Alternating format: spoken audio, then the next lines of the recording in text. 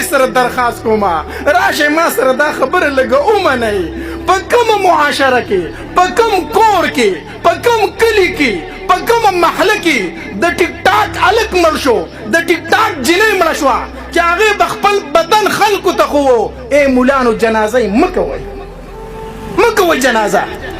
بایکاټ دې وکئ او که کوم ملا د داسې جنۍ او د داسې هلک جنازه وکړه د هغې ملا نه هم بایکاټ وکئ دا معاشره سمیږي که نه سمیږي دا زما د نوجوان نسل دشمنان دي دا زما د نوجوان نسل دشمنان دي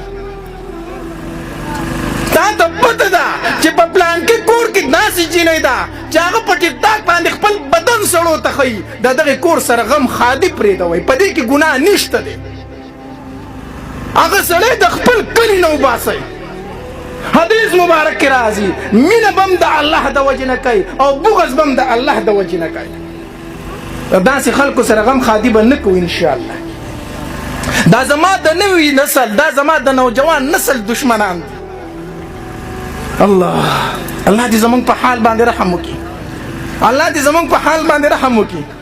ما ته بله ورځ یو هلک ټلیفون وکړو ټولې خبرې درته دلته نشم کولی چې ما ته کم ټلیفونونه کېږي هغه نشم ویلی ما ته حیا راځي خو یو هلک راته ټلیفون وکړو په ژړا شو وی مولانا صاحب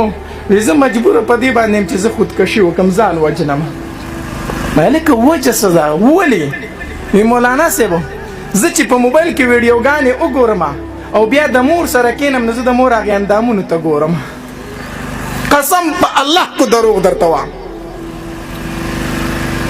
زه د مور هغې اندامونو ته ګورم او ما ته خواهش روچتېږي زه څه وکړم مولانا صاحب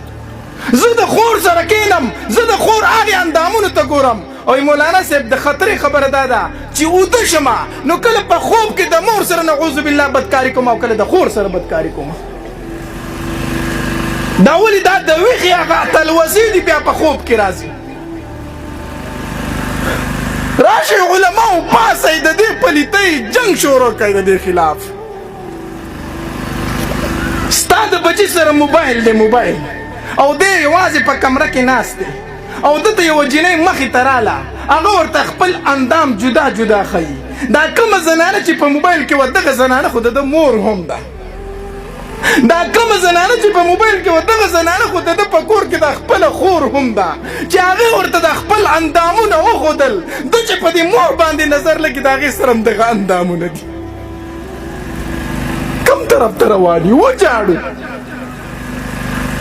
زما معاشره کوم طرف ته روانه ده څه به راسره کېږي